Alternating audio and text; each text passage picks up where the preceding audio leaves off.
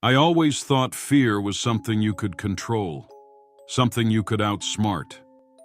I used to laugh at people who claimed to hear things in the night or see strange shapes in the shadows. But now I am the one who can't escape the whispers. It started with a simple flicker of light, like a trick of the eye, a malfunction. I didn't think anything of it, until it happened again. The light in my living room would flicker, then steady itself, only to blink again, as though it were breathing. I told myself it was just the old wiring in the building, nothing more. I was wrong. The first night I heard the whisper, I convinced myself it was the wind, or maybe the pipes, groaning in the old apartment. But there was something unsettling about it, a soft, sibilant sound, like someone was just on the other side of the wall, breathing my name. Emily. My name, clear as day, whispered from the shadows. My heart stopped. I froze, staring at the space between the kitchen and the hallway, the empty void where the sound seemed to have come from. But when I stepped forward, the apartment was still, too still. I turned on the lights, every one of them. The room hummed with a false sense of safety. But even with every light on, the air felt wrong, thick. I could feel it on my skin, cold and heavy, like a weight pressing against my chest. The days passed, but the whispers did not fade.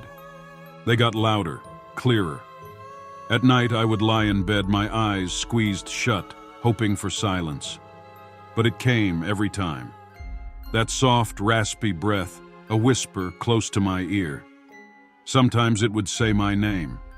Sometimes it would simply echo, like a voice trapped in the walls. At first, I tried to explain it away. It was stress, I thought. Work had been particularly grueling, and I was staying up late, staring at the computer screen. But then, the objects began to move.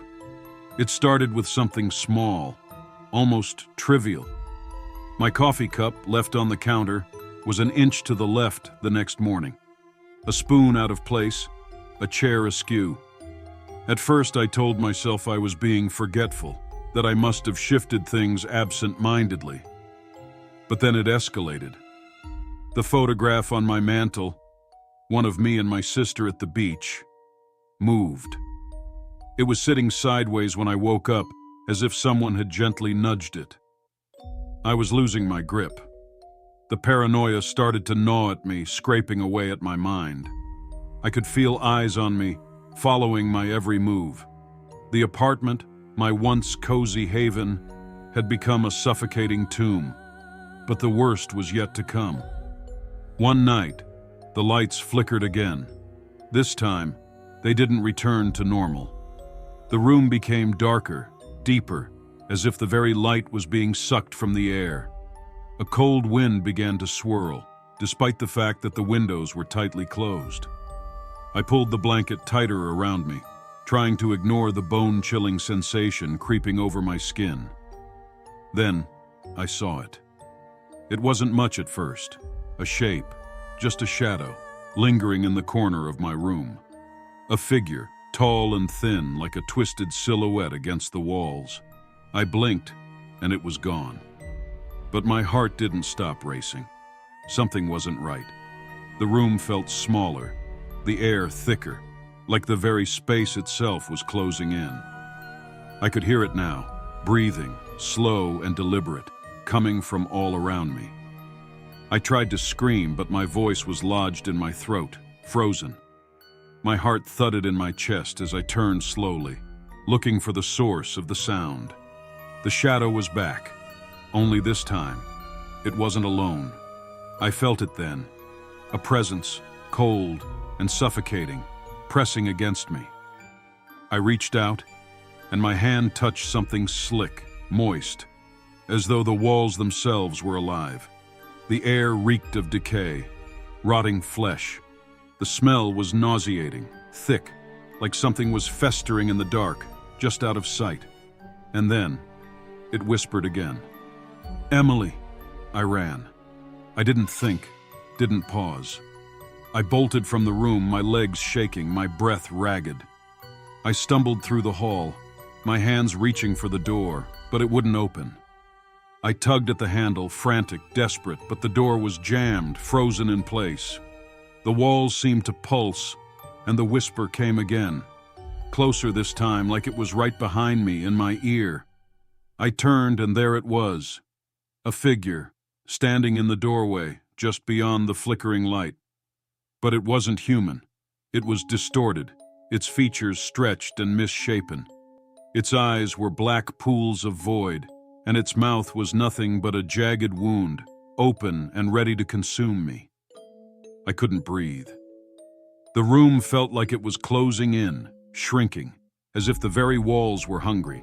And then I saw it. The floor beneath my feet began to shift. A deep crack ran along the center of the room, and I felt the apartment tremble, like it was alive, like it was waking up. I tried to run, but the shadows were everywhere now.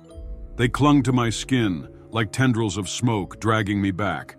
I screamed, my voice echoing in the empty apartment, but the shadows swallowed it whole. Then, in a moment of pure panic, I reached for the nearest object, the old dusty photograph of my sister and me. I had kept it on the mantel, a reminder of a time before all of this, before the whispers and the shadows. But when I held it, something was wrong. It wasn't the photograph I remembered.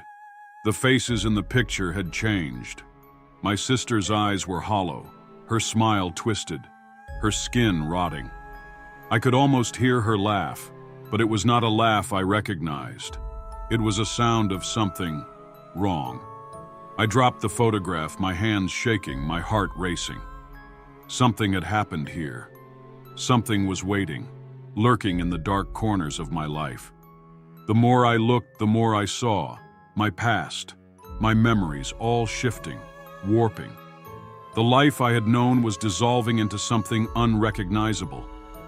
And that's when I found it, the journal. It had been hidden beneath the floorboards, buried under layers of dust. I pulled it out, my hands trembling as I opened the first page. It was my handwriting, but not from this life. It was from another time, from the life I had left behind, from before I even moved into this apartment.